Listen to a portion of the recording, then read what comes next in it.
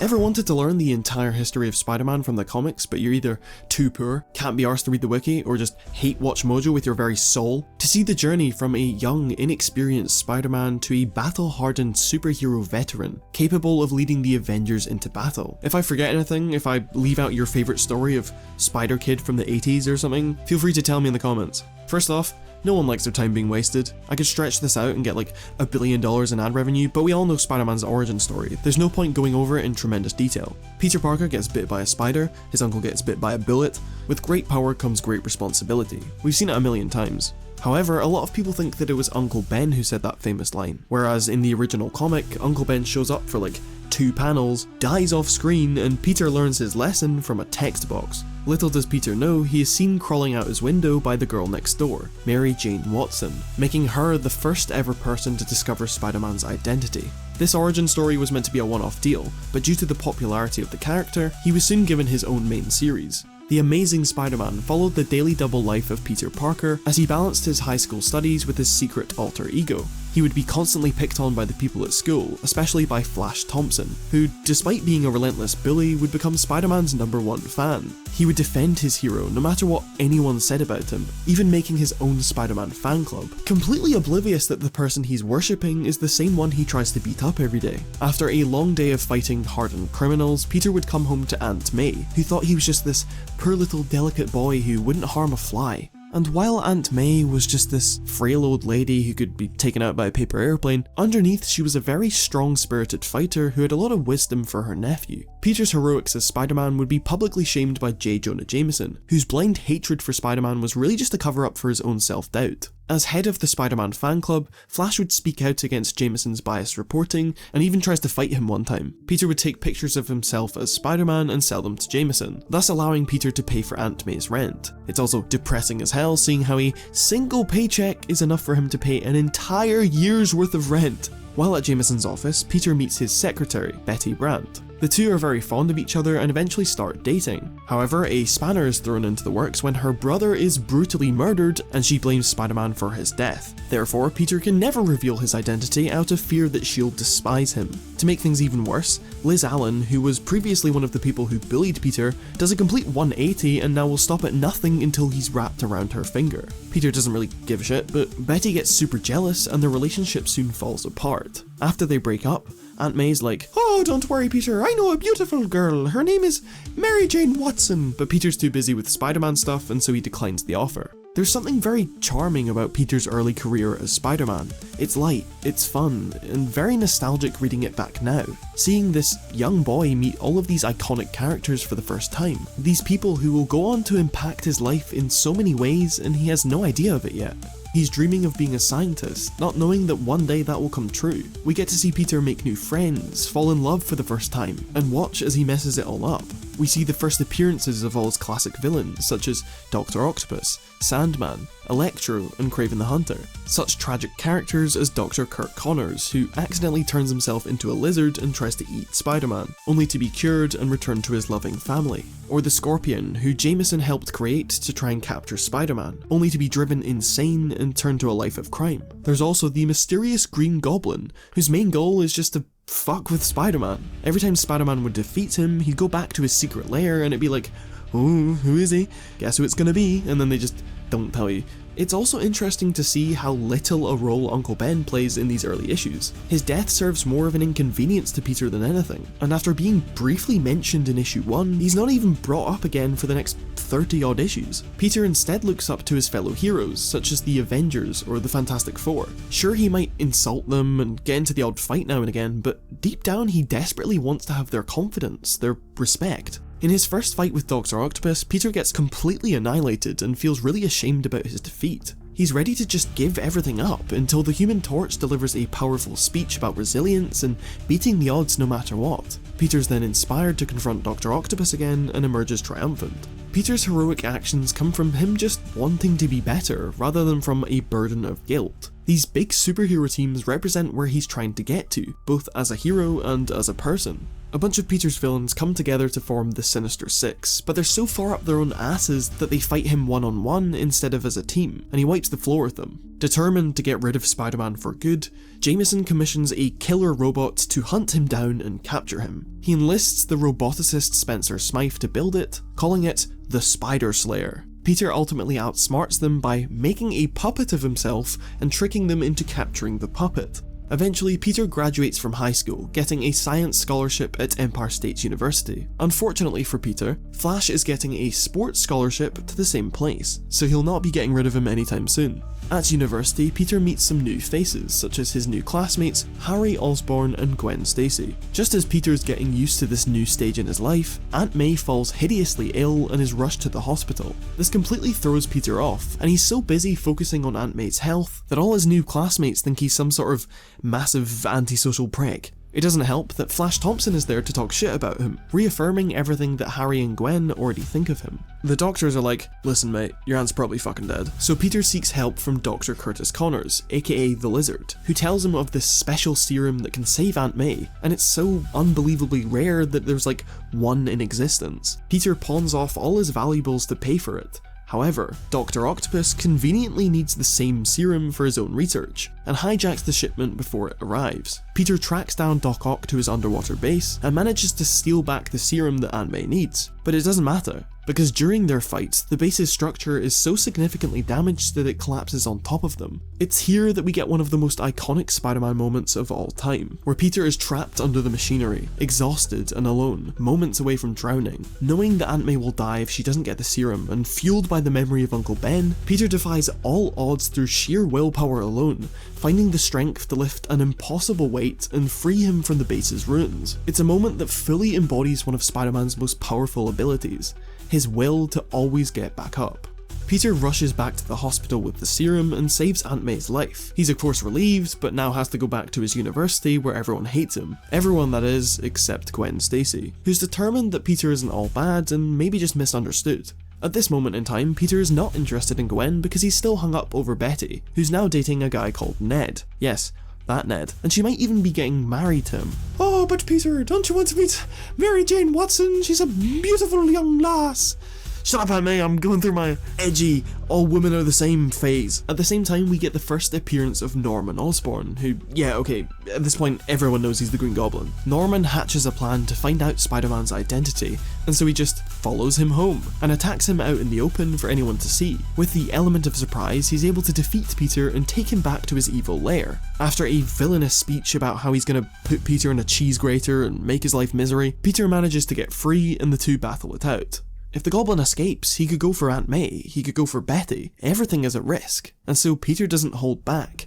He beats him to near death, covers him in a bunch of deadly chemicals, and accidentally sets him on fire. Still overpowered by doing the right thing, Peter gets Norman to safety. He discovers that the chemicals have messed with Norman's mind, and that he doesn't remember who Peter is, or that he's the Green Goblin. Very convenient, but Peter hands him over to the authorities, saying that Norman is innocent and actually helped him take down the Green Goblin. Norman is admitted to hospital, and Peter comforts Harry over what happened to his father, an act that brings them closer together and sets them down a path of friendship. Peter begins to heal his reputation at university and finds himself attracted to Gwen. He's about to make a move when, Peter, Mary Jane is here! We have got to the point where Peter, Mary Jane is here! And in another iconic Spider-Man moment, Peter meets Mary Jane for the first time. He's instantly taken aback. Her beauty, her charm, her carefree attitude. Peter's like, alright Gwen, respectfully, you can fuck off, and instantly starts dating Mary Jane. It's not really like an exclusive thing, so Peter is still going for Gwen. The college era of Spider-Man is one of my favourites, and is equally as nostalgic as his high school days. It took what worked from the previous era and developed it further, resulting in some of the most iconic characters that we all know today. And while old villains were expanded upon, we were introduced to some new ones, such as the Rhino, the Shocker, and the Kingpin. Also, Jameson commissioned Spencer Smythe to create yet another Spider Slayer, which works out just as well as the last one. As time went on, Peter's friend group solidified a bit more, with Mary Jane joining the group, and Flash slowly losing the bully persona. Peter finally moved out of Aunt May's house and started sharing a fancy new apartment with Harry. Peter also grew closer with Gwen, and the two became more romantically involved. But once again, Spider-Man got in the way when, during a fight with Dr. Octopus, Peter suffers complete amnesia and takes days to regain his memory. During this time, he doesn't know his real name or where he lives, and so his absence severely worries his friends and family. Peter goes to the police department for help, where he meets Gwen's dad, Captain George Stacy. You see, Captain Stacy has been studying Spider-Man during his retirement, and has come to the conclusion that he's an all-round pretty good guy. So when the other officers have doubts about Spider-Man, Captain Stacy comes to his defense and convinces the others to help him. Meanwhile, Harry's looking through Peter's room to find clues of his whereabouts, and discovers some of his Spider-Man equipment. This leads Harry to put two and two together and come to the realization that Spider-Man kidnapped Peter Parker! Not exactly Sherlock Holmes, are you, mate? Instantly, word breaks out that Spider-Man has in fact kidnapped Peter Parker while he's in the police department. And they're like, Did you kidnap Peter Parker? No. Just then, Gwen rushes in and demands to know where Peter is. Spider-Man's still suffering from amnesia, so he's like, I don't know what the fuck you're talking about, and escapes before things can escalate. Eventually, Peter gets his memory back through water or something, and returns home to his friends and family. Of course, he needs to think of an excuse, and so the best he can come up with is that Spider-Man kidnapped me, but, he's actually a pretty good guy. Well, that checks out. Captain Stacy takes Peter to see Gwen, who's over the moon to see him. However, while she's helplessly in love with Peter, she now absolutely detests Spider-Man. Captain Stacy became a recurring character, who was very supportive of his daughter's relationship and was someone that Peter could confide in. This all changed during yet again another battle with Dr. Octopus. During their fight on top of a building, a crowd builds up on the ground below. Captain Stacy arrives at the scene, urging the civilians to get to safety, but it's no use. Things take a turn for the worse when Doc Ock knocks into an abnormally large chimney, sending a mountain of debris hurtling towards a small child. While everyone else runs away, Captain Stacy lunges towards the boy, sacrificing himself to save him. In his last moments, Stacy reveals that he had figured out Peter's identity and tells him to be there for Gwen when he's gone. Spider-Man is blamed for Captain Stacy's death, because of course he is, with Jameson using it as an opportunity to sway the public against them. And if Gwen hated Spider-Man before, now it's like on site. If there was ever any hope of Peter telling her the truth, it's gone, further driving a massive rift between them. And so begins a series of extremely depressing issues where Gwen moves to England and Peter thinks he's lost her forever. Harry finds himself caught up in a drug ring and overdoses a bunch of times. The entire city is now strongly against Spider-Man, abusing him at every chance they get, and every issue ends up with Peter crying. But among the darkness, there is lightness. During her time in England, Gwen has time to reflect on her father's death, realizing that her hatred of Spider-Man got in the way of her relationship with Peter, and that she does truly love him. She comes home to New York, and the two of them are now happier than ever. They go on a romantic vacation to the Savage Land, which goes as well as it sounds. Jameson creates yet another Spider Slayer. Peter even tries to remove his powers to spend more time with Gwen, but in doing so accidentally grows an extra 4 arms. Once again, he goes to Kurt Connors for help. Morbius gets in the way, fucks the whole thing up, and the lizard goes out of control. But in the end, they're able to use Morbius's blood to control the lizard and get rid of Peter's extra arms. It's here that Gwen is at her most supportive of Peter. They're both deeply in love, the gang's all together, everything's going perfectly. Until she fucking dies. It's no spoiler that the Green Goblin kills Gwen Stacy. I'd say that the knowledge of her death makes this story all the more impactful. Just knowing that she's doomed no matter what, and there's nothing you can do about it. Norman Osborn suffers a mental breakdown brought on by his son's troubles with addiction. Suddenly all of his memories start flooding back, and he instantly resumes his mission to make Peter's life hell. His first stop is at Peter's apartment, where he finds an unsuspecting Gwen Stacy. Peter confronts the Goblin on the Brooklyn Bridge, where he throws Gwen to her death. Now, it's meant to be ambiguous whether or not it was the fall or Peter's webbing that killed her, but Roy Thomas, editor of Marvel Comics at the time, basically came out and said, it was the webbing, shut up. Gwen's death really captures what death is for a lot of people. It's sudden, it's unfair. The actual event is over quickly, but its effects, the consequences it has on the people around it, stay around for years. The Green Goblin is impaled by his own glider, and Peter is left with no one to blame but himself. In the wake of her friend's death, Mary Jane unravels her mischievous, carefree persona, becoming far more serious and emotionally transparent. She and Peter support each other through this time and ultimately grow closer to one another. Meanwhile, Harry's figuring out that maybe Peter Parker is Spider-Man. Harry discovers his father's evil lair and tries to avenge him as the new Green Goblin, blowing up their apartment to try and kill Peter. Peter responds by punching him in the face and leaving him for the authorities. Harry is diagnosed as a complete lunatic and is sent to an asylum. Now months after Gwen's death, Peter and MJ enter the dating stage and share their first kiss. Finally, something positive in Peter's life, with him and MJ's relationship pulling him out of his depression. He can't stop thinking of her, and this is exactly what he needs to... Gwen is back. After Peter convinces himself that he's not gone insane, he's now got to deal with the fact that his dead girlfriend is back, and has no idea about his new, very much alive girlfriend, which is just as awkward as it is heartbreaking. After some quick investigating, they find that Gwen's body is still in her grave. So this new Gwen, while being genetically identical, is something else entirely. This storyline marks a beginning of a certain trend in Spider-Man comics, starting the series down a path that would result in a very confusing, controversial mess: clones.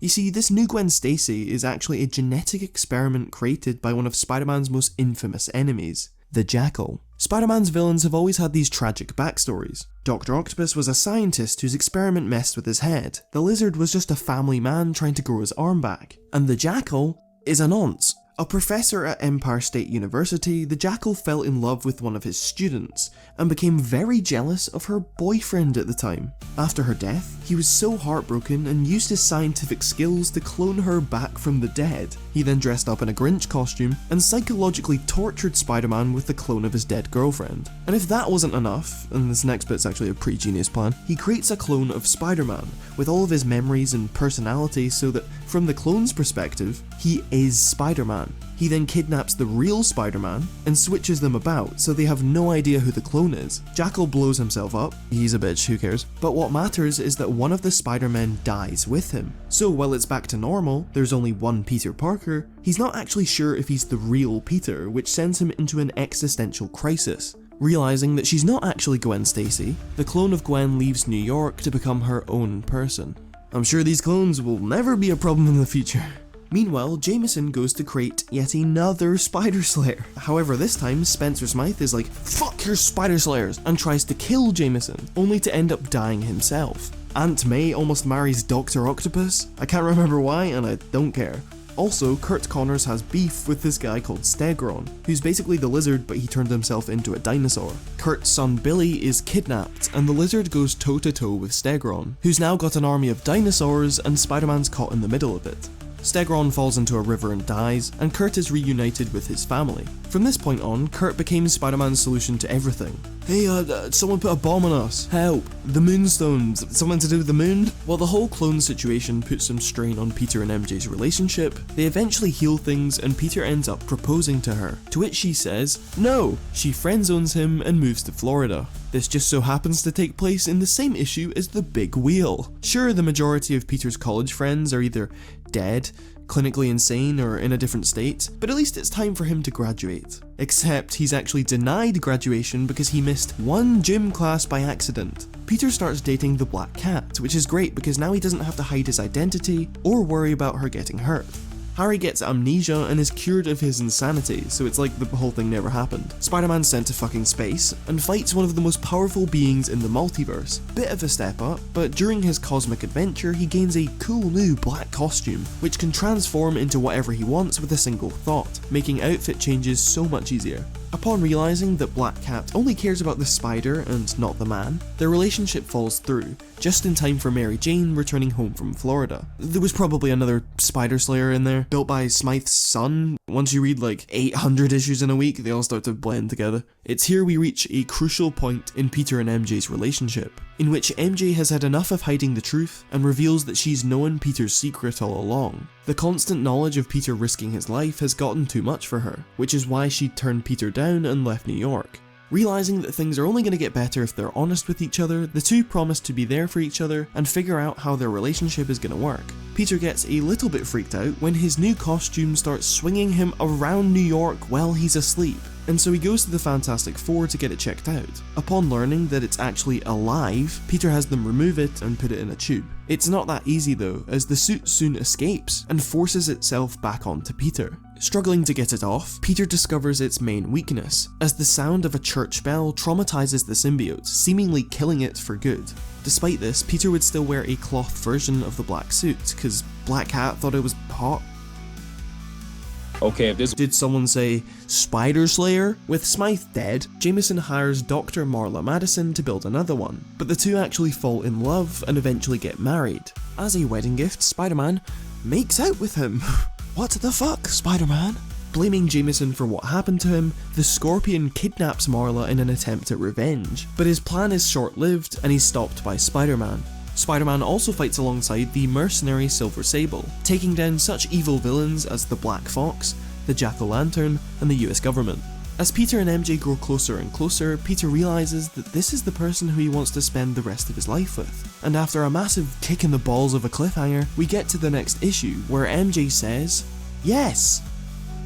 Okay, she initially turns him down, yet again, but we soon learn that she's just afraid of marriage because of how her parents turned out. Everyone in her family ran out on her and tried to escape their responsibilities, so it's almost in her nature to run away from big decisions like this. But after learning that it's not a bad thing to commit to someone you love, MJ accepts Peter's proposal. And so it's time for Spider-Man to get married. Wedding guests include Aunt May, Flash, Harry, Jameson, Marla, Robbie Robertson of the Daily Bugle, MJ's Aunt Anna, and Betty. No, Ned. Ned died.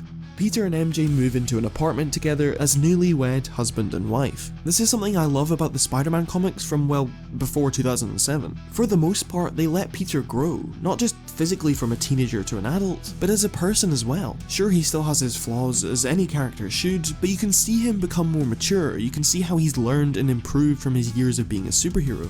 Spider-Man's always been about relatability, and sure, him having his life out of order or being really unlucky is part of it, but it's his growth that's the most relatable aspect for me. Like all of us, Peter gets anxious and uncertain about each new chapter of his life, but he still accepts the change and embraces it. Whether it's going to college, having to find a whole new group of friends, graduation, choosing the person you're going to spend the rest of your life with, married life, parenthood, accepting and moving on from the death of a loved one, if there's one thing I hope this video illustrates, it's that change is key to Spider-Man. Shortly after their honeymoon, Peter and MJ are tormented by Kraven the Hunter, who, after a lifetime of being defeated and humiliated by Spider-Man, hatches a plan to kill him and redeem his honour as a hunter. In the past, Kraven would use spears, darts, all sorts of traditional hunting equipment. But what have they done for him lately? So Kraven abandons his usual set of tools in favour of a gun, which he uses to just straight up fucking murder Spider-Man. Kraven buries Spider-Man's body himself, puts on a Spider-Man costume and stands over his grave in what is possibly one of the most coldest villain moments of all time. But he doesn't just stop there. He then goes around doing Spider-Man's job for him, going so far as to kill people, thus ruining Spider-Man's reputation. The only person he doesn't fool is Mary Jane, who instantly sees through Kraven's disguise. After a series of visual metaphors which definitely scarred any kids reading it at the time, Peter uses his indomitable will and love for MJ to dig the way out of his own grave. He goes to confront Kraven, but Kraven refuses to fight back. Sure, Spider-Man may still be alive, but it doesn't matter. He proved himself superior and made his point, that he was worthy of the title Kraven the Hunter, and his honour was restored. He leaves a confession for the police, clearing Spider-Man's name, and with that, Kraven shoots himself in the head. Both this story and the Death of Jean DeWolf arc marked a darker time for Spider-Man. With brutal deaths and disturbing imagery, Spider-Man comics were at their most mature, but they weren't just dark and edgy for the sake of it. They were grounded in character and the themes of morality, revenge, flaws in the system, all of which produced some of the most memorable Spider-Man stories to date. Shortly after, we reach Amazing Spider-Man issue 300, featuring the first appearance of Venom. Already traumatized by her run-in with Kraven, MJ comes home to find this. No matter the amount of life-threatening situations she's been in, MJ has always remained strong in the face of danger, so Peter is determined to find out what could have possibly made her feel so helpless. Upon confronting this strange new creature, we get a look at his tragic backstory.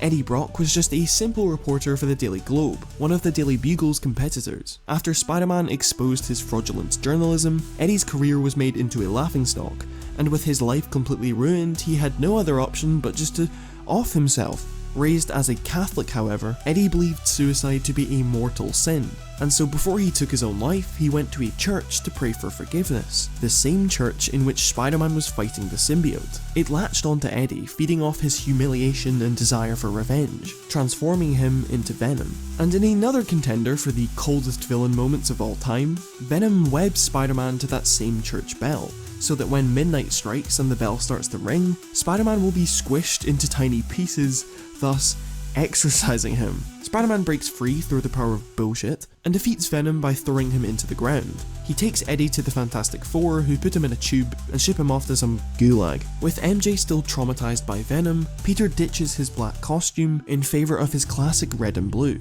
Meanwhile, Aunt May worries that she's been getting in the way of her nephew's marriage and distances herself from everyone. MJ reassures her that they do still need her and still want her as part of their lives, bringing them closer than ever. May also finds a new partner by the name of Nathan. He's a bit of a knob, but the two have some decent chemistry and he's vital for May to move on from her dead husband, and he's dead. Also, Black Cat finds out that Peter's now married to MJ and starts dating Flash just to mess with him. Alright, it's the fucking 90s. A lot of people really don't like this era because of all the clones and, Marvel and DC were just trying to outdo each other in terms of who could make the most weirdest, most edgiest shit imaginable. Like Kane, a rejected clone of Spider-Man who uses his spider powers to stick his hand to people's faces and rip them off. You also have Cletus Cassidy, a serial killer who shares a cell with Eddie Brock. When the Venom symbiote has a baby, it latches onto Cletus and he becomes the superpowered mass murderer known as Carnage. After Harry had got his amnesia, things were working out for him. He married Liz from Peter's high school, the two had a son called Normie, he's having a gay old time. That is until the X-Men do some bullshit that messes with everyone's heads, and now all of Harry's goblin memories are restored. And of course you'd expect him to go goblin mode on everyone and Spider-Man would have to stop him,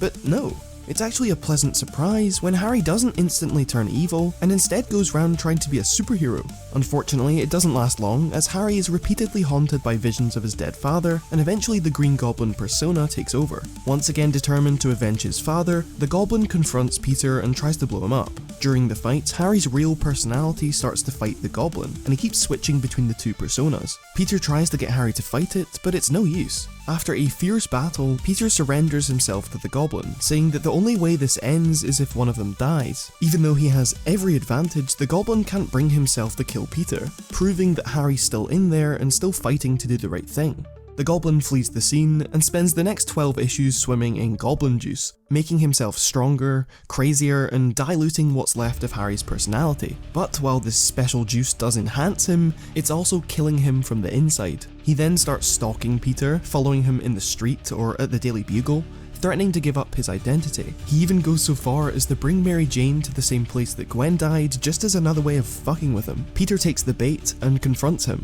still hopeful that his old friend can be redeemed. The Goblin lures Peter to a building rigged with explosives and drugs Peter so that he can barely move. It's clear to him that their rivalry will go on forever, so the Goblin plans for both of them to die in the explosion. That way he'll have avenged his father's death while also ending his own mental suffering. Peter is fucked and can do nothing but lie there and wait to be blown up. However, the day is saved by MJ, who has brought Harry's son with her in an attempt to break through to him. Upon realizing that his son is about to be turned to ash, Harry's personality snaps back. He instantly gets MJ and Normie to safety, realizes he forgot about Peter, and saves him as well. But the Goblin formula has taken too much of a toll on his body, and Harry collapses. Harry thanks Peter for believing in him, and lets him know that no matter what happened between them, he still considers him his best friend. He holds Peter's hand and smiles, before succumbing to his injuries and dying. As Peter grieves his friend's death, the issue ends with a picture of Peter and Harry in their college days. A simpler, happier time before any of this happened. Alright, it's time for the Clone Saga. Now this event was stretched over several years and has a fuck ton of characters, so it was a nightmare to navigate. For this video I did want to actually read everything myself, and not just rely on the wiki, but my god, it helped. If the story just took place in one comic and was really long, then sure, that's fine. But it took place back and forth between the 4 concurrent Spider-Man series at the time, plus the 30-something other series that the story was planted in between. And you know what? I didn't actually have to read like half of these. Most of them have fuck all to do with the main story, but that's what Wikipedia told me. Maybe the teachers were right about Wikipedia all along. The actual main story is pretty simple if you remove like half the stuff they threw in there. Remember that clone of Spider-Man that the Jackal used to fuck with him? Turns out he didn't die and has actually been living in secret under the name of Ben Reilly. After doing a fancy DNA test, it's revealed that our Peter, the one we've been following for the past 30 odd years, is in fact the clone, and that Ben is actually the original Peter Parker from those very first issues. Also, MJ is pregnant. Another existential crisis ensues, but you know what? This is actually kind of good news. Now that there's another Spider-Man, Peter can now focus more on his family and dedicate most of his time to be a dad. And so Peter retires from being a superhero and lets Ben take his place as the new Spider-Man. Some stuff happens, Venom, clonage, maximum clonage, oh shit. They got Speedball in this? And then at the end, it's revealed that Norman Osborn is alive, and he's been pulling the strings this whole time. Turns out Norman faked the DNA test because why not? Fuck you. And Peter is actually the original. This is proven when, during a final confrontation with Osborn, Ben sacrifices himself to save Peter and his body turns to ash. The Clone Saga then ends on a very tragic note. Peter and MJ's child is stillborn, which is probably one of the most traumatic experiences any couple can have. Why add this to the list of tragedies they've faced? Well, the story is that Marvel thought that Peter having a child would age him up too much, and the change would be too much for the readers without realizing that's the whole fucking point. And this comes right after Aunt May gives them a speech about how much of a responsibility it is to raise a child. Responsibility? Spider-Man? The Clone Saga may have been a controversial, convoluted mess, but in the midst of all the chaos, we got Amazing Spider-Man 400, which is just an absolutely beautiful issue and marked one of the biggest changes in Peter Parker's life. Aunt May's been on the cusp of death for the past 30 years, and having got another illness, it's clear she's not going to last much longer. She's advised to stay in bed and rest, but May wants to make the most of the time she has left with Peter, and they visit the top of the Empire State Building. Much to Peter's surprise, May reveals that she's known he was Spider-Man for a very long time, and says that Uncle Ben would have been proud of him. Now weaker than ever, Peter takes May home to rest. When Peter tries to call the doctor, May refuses. She knows that she's way past her time, but she just held on that little bit longer so she could say her goodbye to Peter. While she knows he won't take it well, she reassures him that she's had a good, long life, and that she couldn't be prouder of the kind, decent soul that Peter has always been. MJ and Aunt Anna arrive to find a devastated Peter grieving over May's body, and they break down into tears together. Aunt May is buried next to Uncle Ben, and Peter accepts yet another inevitability of life. The 90s marked the last real progression in Peter's stages of life. He'd gone from an angsty teenager who lived in his Aunt May's house and had no one to confide in, to a mature, married man who'd lost more than he deserved, but had loved ones to support him and be honest with. This was of course ruined by a number of decisions made by Marvel in the dying breath of the 90s. New writers step in. Aunt May is back. Turns out she didn't actually die and blames her death on rap music? The fuck? Also, she doesn't know that Peter is Spider-Man because that wasn't her, that was some actress clone thing that the Green Goblin made. MJ goes on a plane and gets blown up, but it turns out she actually wasn't on the plane and she got kidnapped. Peter's like, okay, I don't care, and starts kissing this teenager. Okay, I'm doing this run a disservice by explaining it like this, but it more or less cements a trend in Spider-Man comics of 1. Shaking things up for no other reason than just trying to get an increase in sales, which never actually ends up working, and 2. Refusing to let Peter grow, or actively regressing his character in an attempt to make him more relatable? Peter saves MJ from the kidnapper, to which she uncharacteristically says that they need to go on a break, and the two of them separate. Not the brightest of times, but here's when J. Michael Straczynski comes in. At the start of the 21st century, Straczynski took over Amazing Spider-Man and was like, alright, time to fix this mess. First things first, get Peter and MJ back together. But don't just have them instantly come back. Make the most of their time apart, exploring why it is they need each other, and so that when they do reunite, it's satisfying and it's earned. This is Spider-Man in his absolute prime. Having become a teacher at his old school, Peter is able to express his passion for science while helping the same vulnerable kids that he used to be. His sense of responsibility is in full swing, going out of his way to help impoverished students and making a genuinely positive impact on the neighborhood, not just by punching a villain in the face, but by being compassionate and just putting in the effort.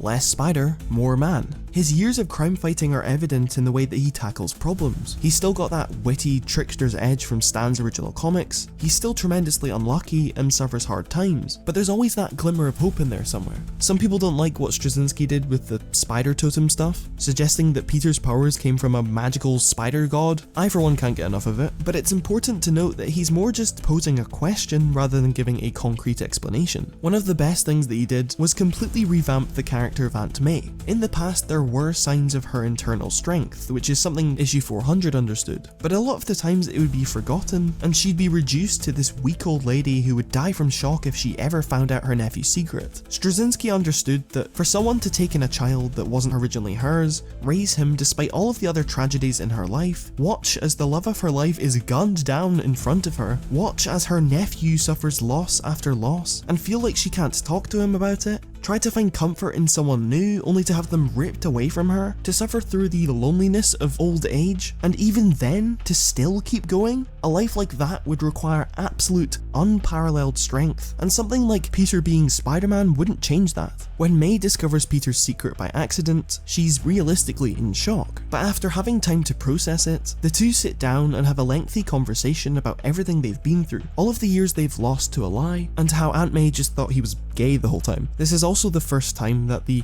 great power, great responsibility line was attributed to Uncle Ben, and was no longer stuck in that little text box. A bunch of cool stuff happens, some not so cool stuff happens, not his fault. Peter fights the Spider Queen, whose kiss gives him all sorts of new powers, such as organic webbing out of his wrist. Peter then dies and comes back to life. Don't worry about it. He also fights a villain called Paste Pot Pete, and upon hearing this ridiculous name, bursts out into so much laughter that he can no longer fight the villain. Things really start to change when, after a villain attacks their homes and leaves Peter, MJ, and Aunt May homeless, they're invited to live with the Avengers. They don't have to worry about money anymore. Peter becomes close to Iron Man and becomes his right-hand man. Aunt May's kind of got a thing going on with Jarvis. And then Speedball, old fucking Speedball, comes along and ruins everything. If you don't know, I'm talking about the massive Civil War event of 2006. It kicks off when a bunch of inexperienced superheroes attempt to stop a team of supervillains, but the whole thing goes sideways and ends up causing a devastating amount of civilian casualties. This leads the government to rethink how they should treat superheroes, and Peter is left with a choice. He can either give up his secret identity to the government and become their little errand boy, or he and his family can be hunted down and put in a hell prison. Iron Man is supportive of the government, and so, being his right-hand man, Peter goes along with him, an act that he would come to regret so very, very much. It's important to note that Peter doesn't just go along with Iron Man because, oh, it's Iron Man. After what happened with Speedball, he genuinely does believe that superheroes need to be trusted, and that this is one step in the right direction. However, out of all the people who are on Iron Man's team, all the heroes who are publicly in support of the government, Peter's the only one with a secret identity. So, to practice what they preach and get the public on their side, they ask Peter to reveal his identity to the world. If you think this is stupid, Peter does too. But after being convinced by his loved ones that this is the right thing to do, and that this would demonstrate responsibility for his actions, Peter accepts. And so, in a moment he's been dreading ever since he was a teenager, Spider-Man reveals his identity on live television. Peter's whole life goes to shit. He's abused by the public, his family is hunted down, Jameson tries to sue him for like $2 trillion. The only real people who stand up for him are Flash Thompson and Betty, but that's basically it. Still, Peter made a promise, and continues to hunt down those who defy the government, even though it kills him inside. Upon seeing the Hell Prison where they're keeping all of the unregistered superheroes, Peter reaches the final straw and turns against Iron Man. This is quite difficult as they still live in Avengers Tower, so after moving his family to a dodgy motel, Peter joins Captain America to fight for the side of freedom. From the shadows, Kingpin, along with many other of Spider-Man's villains, start a plot to kill Peter and his family. In the wake of the Civil War, Captain America is shot dead, and Peter barely makes it out alive. He returns to MJ and Aunt May, only for one of the Kingpin's men to open fire on them. Aunt May is hit instead of Peter, and Peter rushes her to the hospital. While May desperately clings to life, Peter brutally tracks down everyone responsible for the incident, which leads him right to the Kingpin.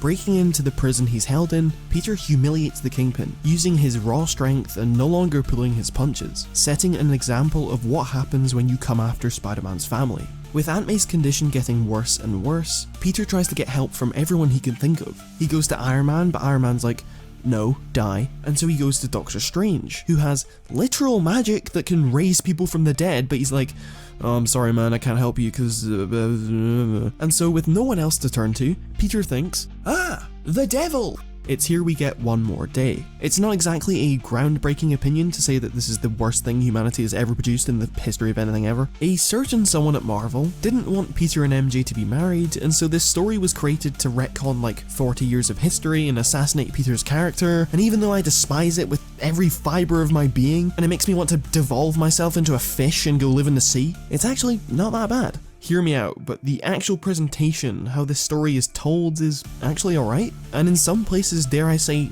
actually kind of beautiful. The devil, aka Mephisto, shows up and gives Peter a deal. He will save Aunt May's life, he will make everyone forget Spider-Man's identity, he'll provide a fresh new start for all of the characters, on the condition that Peter and MJ are no longer married. In what is possibly the worst divorce of all time, Peter and MJ's marriage will be erased from history. They will have no memory that anything has changed, and they will spend the rest of their days apart from one another, living with an unbearable emptiness in their souls which longs for a love they won't even know existed. Instead of accepting what happened to Aunt May, who, as much as I love her character, was way past her expiration date, let's be real, not to mention that she would definitely be against sacrificing her beloved nephew's happiness, Peter says, okay, sure he's reluctant to do it, but he still does it anyway. And so Peter and MJ have 24 hours left to spend with each other. And this bit's actually kind of beautifully written.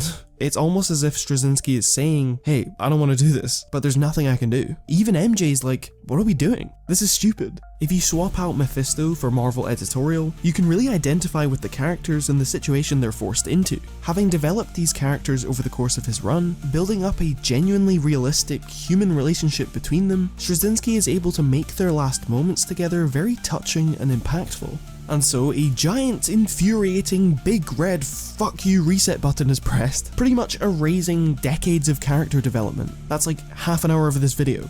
Gone. Mary Jane is now the ex-girlfriend of Peter Parker for reasons unknown. Aunt May's alive and well, has no idea Peter is Spider-Man. Are you really gonna do this a third time, Marvel? Also, Harry's back. Way to negate that touching moment. But at the end of the day, it's a comic book I didn't like. It happened like 15 odd years ago, and hey, you gotta take the bad with the good. For every Kraven's Last Hunt, there's a one more day. For every beautifully written character piece, there's a bite in the fucking ass. At least Stan Lee liked it. And so begins a brand new day. An editorial attempt to wipe the slate clean and get Peter back to his roots. You know, he's young, he's cool, he's got his life out of order, he sleeps around, he doesn't have a job, he's back at his Aunt May's house. God, this physically hurts. We get new villains such as Mr. Negative, a superpowered crime lord whose touch can either heal people or corrupt them. There's also Overdrive, Freak, Menace, Paper Doll, Screwball, Barack Obama's in this? Flash has returned from the war in Iraq, having lost both of his legs. Aunt May's now volunteering at a homeless shelter, which is coincidentally run by Mr. Negative in disguise. Also, she's dating J. Jonah Jameson's dad. And speaking of J. Jonah Jameson, he's essentially fired after the Daily Bugle is bought out by another company. And so, leaving his career in journalism behind, he decides to run for mayor. His first course of action upon being elected is to publicly fund a death squad to capture Spider-Man. You could call it a Spider Slayers. And yeah, these first few issues suffer from the whiplash of the new status quo, but once it sinks in and you get used to it, there are some pretty good stories. Here's one that's really fucked up. Eddie Brock starts to have doubts about the Venom symbiote, which is bad for the symbiote because it needs a host to survive, and so it plants memories in Eddie's head, convincing him that he has terminal cancer and that Venom is the only thing keeping him alive. This psychological effect then leads to him actually getting cancer, to which the Venom symbiote is like, oh shit, and ditches him, leaving him to die of cancer. The symbiote then goes on to bond with Mac Gargan, aka the Scorpion, creating a all-new powerful Venom. With very little time left to live, Eddie wants to make peace before he dies and starts volunteering at the same shelter as Aunt May. During his time there, he comes in contact with Mr. Negative, whose touch completely heals Eddie of his cancer. Eddie is over the moon, just in time for the new Venom to show up and start trashing the place. Upon meeting its old host, the symbiote is like, alright Gargan, see ya, and starts trying to bond with Eddie again. When the Venom symbiote fuses with the special healing cells still left in Eddie's body, a new symbiote is created, transforming Eddie into the new anti-Venom. With the help of Spider-Man, Anti-Venom takes down Venom and goes off on a mission to save the world or something. It's here we reach Amazing Spider-Man issue 600, which marked a very special occasion, the wedding of Aunt May and J. Jameson Sr. But before Peter can attend, he has to deal with a brand new Dr. Octopus. You see, while Otto has his robot arms, he himself is just a regular guy, and after a lifetime of fighting Spider-Man, each punch to the face has resulted in a series of traumatic brain injuries, leading him to be diagnosed with less than a year to live. And just like Eddie, he doesn't want his legacy to be that of villainy. He wants to leave the people of New York with something positive, and so he creates an army of Octobots and spreads them all about the city, psychically connecting them to every appliance, every mode of transport, thus creating a perfect system where everything runs on time without any issues. But because this system is controlled by his subconscious, Otto's hatred for Spider-Man starts to corrupt the city, and all of its appliances start blowing up in an attempt to kill him. Spider-Man tracks Otto to his lair, where he finds him in a disturbing, zombified state, his new suit keeping him alive while adding 4 extra tentacles. Spider-Man manages to defeat him by plugging his own brain into the system and overriding Otto's so-called perfect city. Otto escapes by the skin of his teeth, and Peter goes home to prepare for Aunt May's wedding. The ceremony is actually really sweet. Peter walks his aunt down the aisle, Mayor Jameson gives a very thoughtful, kind of insulting speech, and the marriage becomes official, making Peter and Jameson technically related. Aunt May throws her bouquet, the tradition being that whoever catches it will be the next to get married, which is then caught by none other than Mary Jane Watson. But this happy, wholesome time doesn't last forever. We get an incredibly sad story about the Rhino, who has abandoned crime completely and has a steady job and loving wife. And it's really sweet hearing him talk about his wife, how he'll do anything for her, making it all the more devastating when his wife is killed right in front of him. The Rhino believes it to be a punishment for thinking he could have a normal life, and turns back to his life of crime. Kurt Connors starts losing his mind and transforms into the Lizard once more, brutally killing a bunch of people in his lab. In order to get rid of Kurt completely, the Lizard tracks down Kurt's son Billy and prepares to kill him as well. Spider-Man is too late to rescue him, and while Kurt's consciousness begs the Lizard to stop, he can do nothing but watch as he eats his own son. With this sacrifice, the Lizard sheds into a new form, and Kurt Connors is truly dead. He escapes into the shadows while Spider-Man is left utterly defeated. And because Peter can't catch a break, Kraven the Hunter is brought back from the dead. He's resurrected by his wife and daughter, who stabbed Spider-Man through the heart in a ritualistic sacrifice. But Kraven is like, why the fuck did you bring me back? I was happy with my whole big sacrifice thing and then you fucking Palpatined me. And to make things worse, they got the wrong Spider-Man. It was actually Kane, Spider-Man's edgy clone from the 90s. This mistake has corrupted the sacrifice and has actually put a curse on Kraven, making him immortal until he's killed by none other than Spider-Man's hand. So we have a man who wants to die, who can only be killed by a man who hates killing. Kraven begs Peter to kill him, but Peter refuses. He tells Kraven to treat his resurrection as a second chance and use it to do some good. And so Kraven does exactly that. He moves to the Savage Land to start a new life, although he's still salty about his family resurrecting him, and so he kills them. It's around this time that Peter starts dating forensic scientist and friend of Harry Osborn, Carly Cooper. Also, Marla puts in a good word for Peter at the tech company Horizon Labs, and Peter is hired as a member of their think tank. For once in his life, he's making a really good salary, there are no set hours, so him disappearing as Spider-Man won't be a problem, and most importantly, he can once again express his love for science, fulfilling the dreams he had all the way back when he was a teenager. Peter impresses his new boss by essentially just repackaging old Spider-Man inventions into new consumer-friendly devices. Meanwhile, the US government removes the symbiote from Mac Gargan and gives it to their best military veteran, Flash Thompson. Flash becomes Agent Venom, giving him the power to walk again as he performs a series of missions for the US military. All while behind the scenes, Dr. Octopus is beginning his final master plan. Now I know what you're thinking, there hasn't been another Spider Slayer in a while. Shit! Alistair Smythe, son of Spencer Smythe, has returned, calling himself the Spider Slayer. and is seeking vengeance for his father's death. He does so by trying to kill anyone who Jameson's ever loved or has any connection with whatsoever, which, now that they're family, includes Peter. To help him with this goal, the Spider Slayer develops an army of cyborg minions and recruits Mac Gargan, who shares the desire for revenge against Jameson. Smythe gives him an upgraded version of the Scorpion suit and sends him to keep Spider-Man busy. The cyborg minions are sent after Aunt May, Jay, Marla, the Daily Bugle, all in separate places that Spider-Man couldn't possibly be in at once. And then he remembers, oh wait, I'm part of the Avengers, why don't I just call them for help?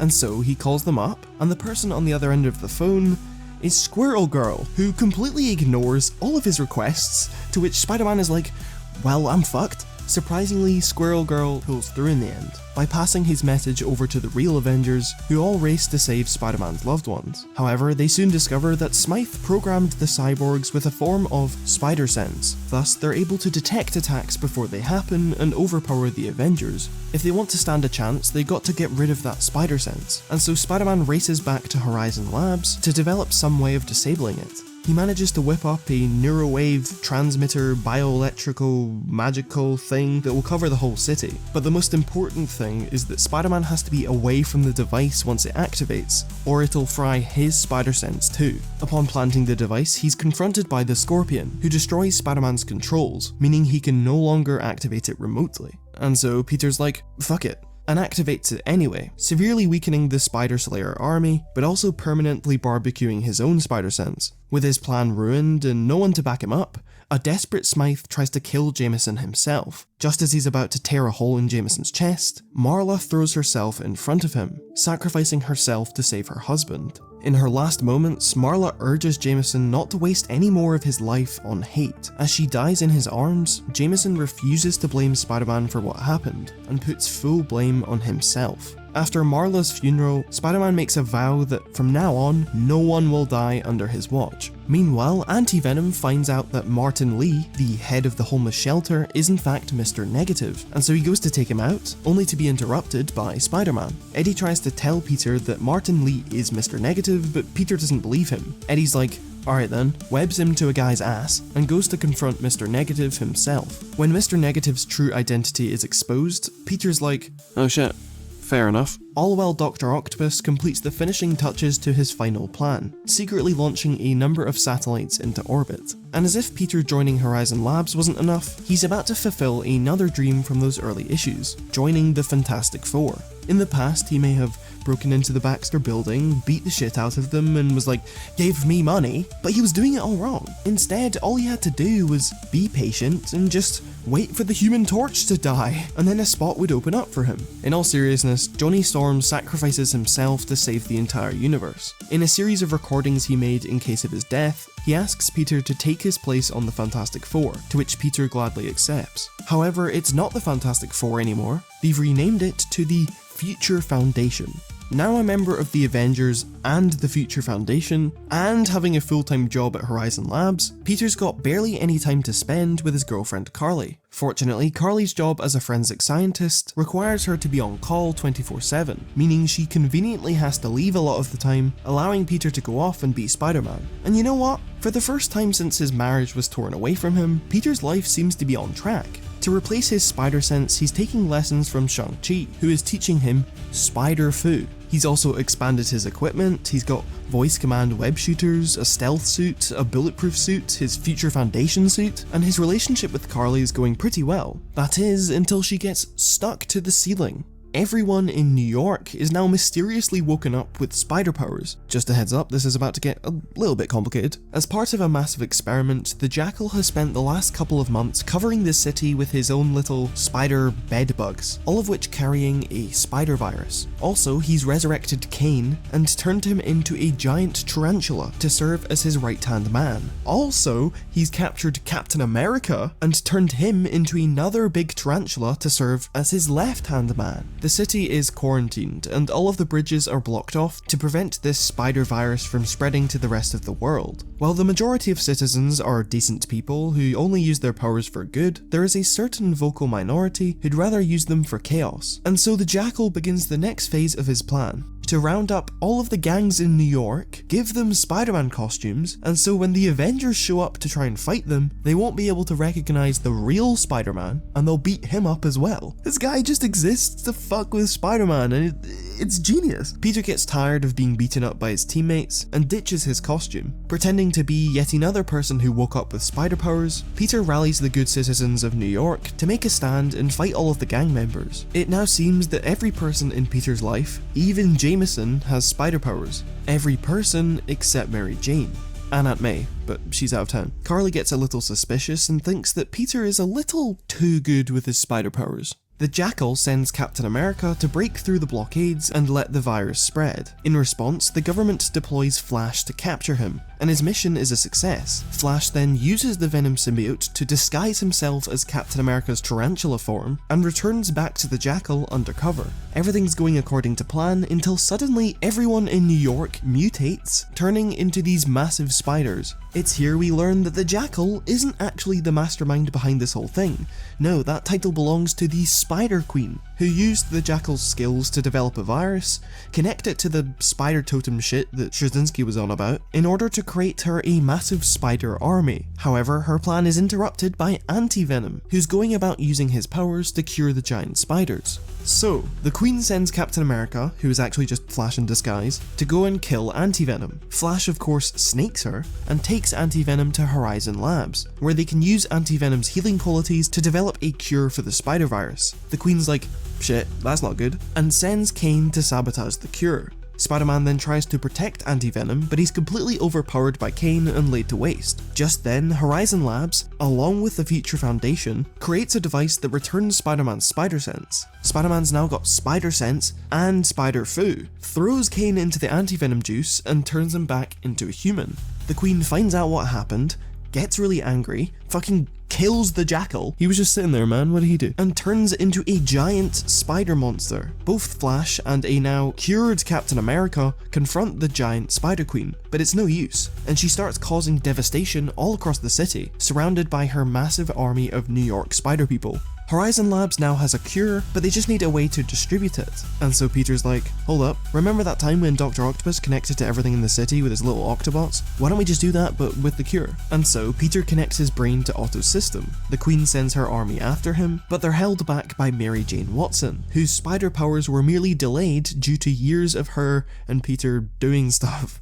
That's as close as I can describe it without risking monetization. Peter cures New York using the Octobots. MJ says that she loves him, but he doesn't hear her, so fuck you. Kane comes in clutch at the last minute, now dressed in Peter's stealth suit, just fucking launches himself into her mouth, which blows her up into a million pieces and scatters her brains all across the city. The day is saved, everyone is returned to normal, and Carly breaks up with Peter because she's figured out that he's Spider-Man. But hey, don't worry about it. Spider Island, the end. And with these final few stories, Peter's journey as Spider-Man is slowly but surely coming to a close. Dr. Octopus activates his final plan, an array of satellites covering the globe which accelerates the effect of global warming. As billions of people burn, Otto turns it off and is like, just kidding, that's what's gonna happen to the Earth if we don't do something about it. And so his final gift to the world is to actually reverse global warming. Maybe just lead with that, but okay. Most world leaders are on board with it, and they agree to help produce the last of Otto's required satellites. It seems like Spider-Man is the only person on Earth who has his doubts, and so he calls the Avengers into action, showing off his all-new Sinister Six-proof armor. He leads the charge against Otto and his fellow villains, but Otto's been preparing for them, and uses a series of gadgets and gizmos to take them down. His plan goes off without a hitch. I mean, Elektra is shot into space, but apart from that, leaving Spider-Man and Black Widow as the last remaining Avengers. Okay, so there's no one to help them. All of the other superhero teams are conveniently off-world. Black Widow's kinda useless, no offense. Once again, he's fucked.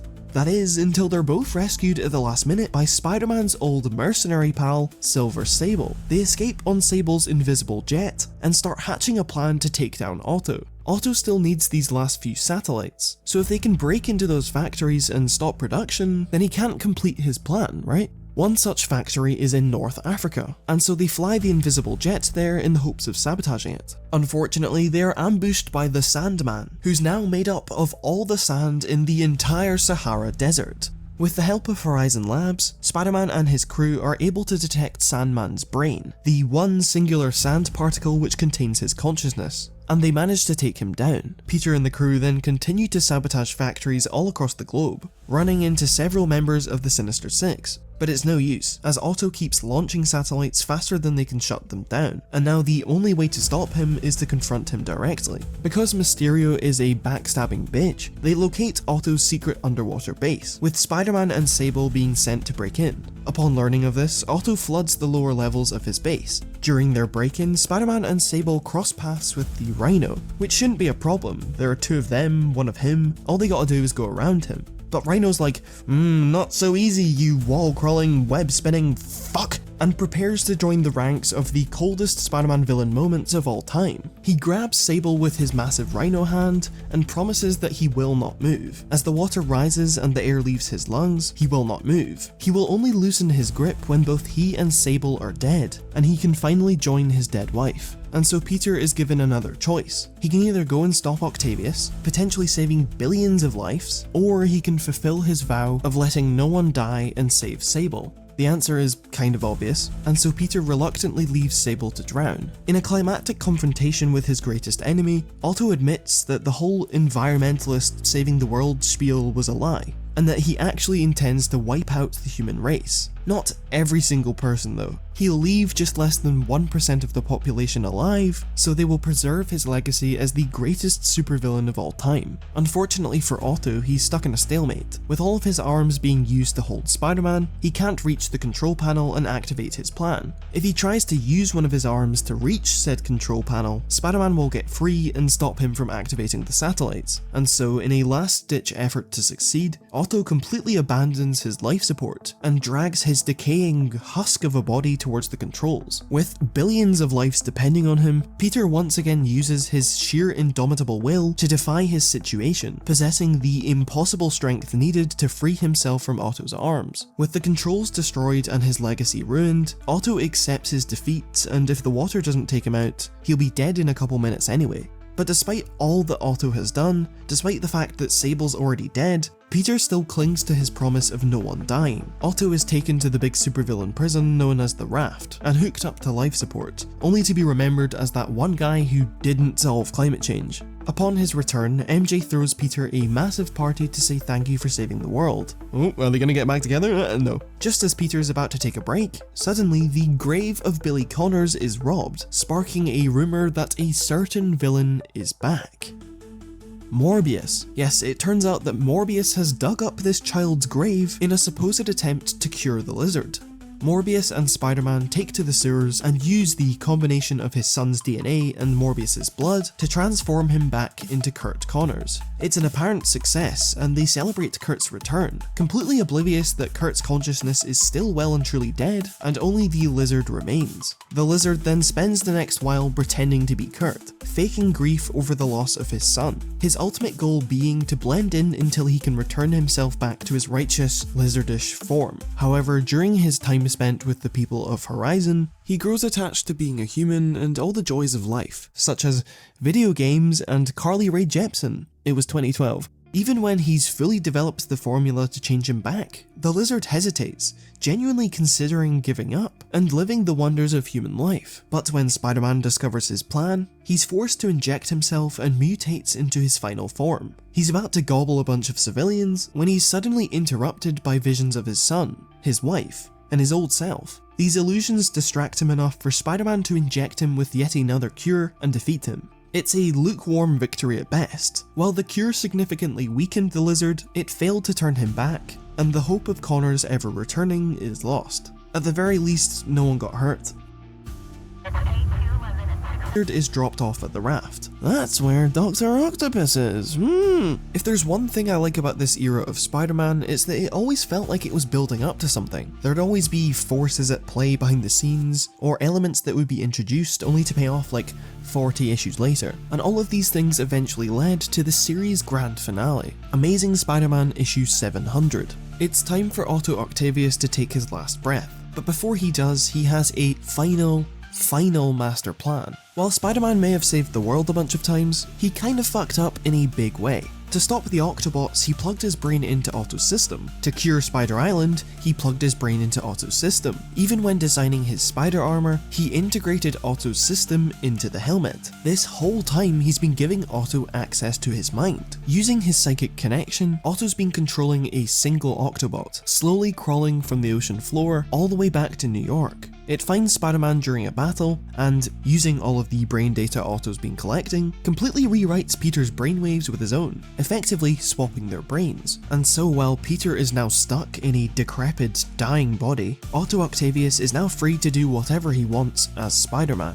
His final way of cheating death and getting revenge against his greatest enemy. As he coughs up blood and his organs start to fail, Peter prays to God and asks what he possibly could have done to deserve this, begging not to die in a place like this. With not much to do, he speaks to the lizard in the next cell along, who reveals that the cure worked, and that he's now 100% Kurt Connors on the inside again. Peter urges him to tell someone, but Kurt would prefer to stay trapped in his cell, as punishment for what happened to his son. He only told Peter because he's got hours to live and his secret will die with him. Okay, but he's Spider-Man, he's not just gonna give up and die, so what the hell's he gonna do? Well, if Otto has access to all of Peter's memories, then it works the other way around. Peter searches through all of Otto's knowledge and experiences, his contingency plans, secret bases, certain memories of Otto and Aunt May on their wedding day that makes you want to bleach out your eyes. Eventually, Peter makes the same psychic connection with the rogue Octobot, and uses it to call his fellow supervillains for help. His message is received, and he's then broken out of the raft by Scorpion, Hydro Man, and the infamous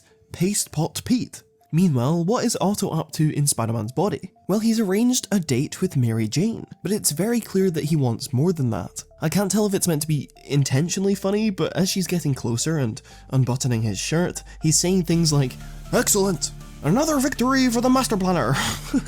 Finally, Peter and MJ get back together, and it's Dr. fucking Numbnuts Octavius in his body. If you think about what's actually going on here, it's really fucked, but thankfully they are interrupted by a news alert. Realizing that Peter will be coming to get his body back, Otto does the incredibly smart move of booking a round-trip flight to Belgium, thus ensuring that Peter will never be able to reach him, and by the time the plane lands, Peter will be dead. Meanwhile, Peter's life is in the hands of Paste Pot Pete, as the villains try to reattach his metal arms to his body. In doing so, they accidentally kill him, and Peter is transported to the afterlife. It's there that he meets his dead parents, George Stacy, Gwen, Tim Harrison, real ones no, and finally, Uncle Ben. Ben delivers a powerful speech about how proud of him he is, how Peter's built such an amazing life which he can't let Otto destroy, and encourages him to get back up one last time and fight. Back in the real world, Peter wakes up, ready to get his body back. But none of that matters, because Otto is about to leave for Belgium, and so the saving grace, the hero who saves the day, is not Spider-Man, it's not Paste Pot Pete, it's in fact J. Jonah Jameson. While being interviewed about the breakout, Jameson calls Otto a buffoon, a loser, a complete imbecile who's never actually accomplished a single one of his evil plans, and it is that one speech that makes Otto reconsider the flight and face Peter himself. Peter breaks into the police precinct where all of Otto's old equipment is being stored. He steals one of Otto's mind-swapping Octobots and is about to make a merry getaway when he's confronted by Carly Cooper. Peter tries to explain that it's actually him and that he's stuck in Otto's body, to which she's like, "No, that's dumb," and shoots him point blank. Her bullet ricochets off of Peter's arms and hits her instead. After tying up Carly's wound and praying that she'll live, Peter and the villains go back to their secret base. Returning from the airport, Otto has rounded up all of Peter's loved ones in Avengers Tower, just in case the evil Dr. Octopus comes after them for their connections to Spider-Man. We've got Mary Jane, Aunt May, Jay, Jameson, the Daily Bugle, the guys at Horizon Labs. Otto also snitches to the police of the whereabouts of Dr. Octopus's secret base, and an army of publicly funded Spider Slayers are deployed to take Peter out. Peter, Scorpion, and Hydro Man escape, leaving poor old Pasty Pete behind. And if this scene was a kick in the balls, it gets even worse. When they're alone, MJ confesses to who she thinks is Peter, that she's always loved him no matter what happened between them or whatever fucking devil deal they've gone through, to which Otto responds by making out with her. Using his secret Avengers passcode, Peter enters Avengers Tower. If he can show someone like Iron Man the Octobot, then they'll understand what's going on and be able to help Peter get his brain back. Unfortunately, Otto has already thought of this, and has activated his massive Octobots all across the globe, leaving the Avengers occupied and no one at home to help. Not even Squirrel Girl. Then the Otto accidentally lets slip that J. Jonah Jameson is in the building, piquing the interest of Scorpion and Hydro-Man, who ditch Peter for a chance at revenge. Using his watery powers, Hydro-Man discovers Jameson and his loved ones, only to be sucked up and contained by Horizon Labs and their power of science. Scorpion breaks into the safe room and they're like, well, science can't save us now, and they all prepare to die. But Jameson stands up to the Scorpion, claiming full responsibility for what he did to him in the past, and sacrificing himself so that the others can get to safety. Before the Scorpion can take action, however, Otto leaps in and uses that raw indomitable strength to take Scorpion's jaw clean off. With literal minutes to live, Peter grabs Otto and throws them both out the window. Now that Otto is significantly weakened, Peter activates the special Octobot and begins the mind transfer. But just like everything else, Otto has already thought of it and came prepared. Otto uses the same raw strength to take Peter out, and Peter lies beaten and broken, seconds from death. Sure, his plan may have failed, but that Octobot managed to get into Otto's brain just the tiniest amount, leaving the tiniest psychic connection between the two. When Peter's whole life flashes before his eyes, he uses this connection to share the experience with Otto, and the two are flooded with all of Peter's memories and the values he's carried throughout his life. The kindness instilled into him by Aunt May and Uncle Ben, the importance of never giving up no matter how difficult things get, how tragic it is to lose someone and learning to move on despite it, the meaning of true love and how you don't truly appreciate how valuable it is until it's cut short, even saving Otto's life despite all that he did. Otto is overwhelmed. From his perspective, he is Peter Parker. These are all things that have happened to him, and the reminder of all of this completely shifts his philosophy. As the icing on the cake, Peter tells him that with great power, there must come great responsibility. Peter takes one last look at his loved ones, makes Otto promise to keep them safe, and with that, Peter Parker dies.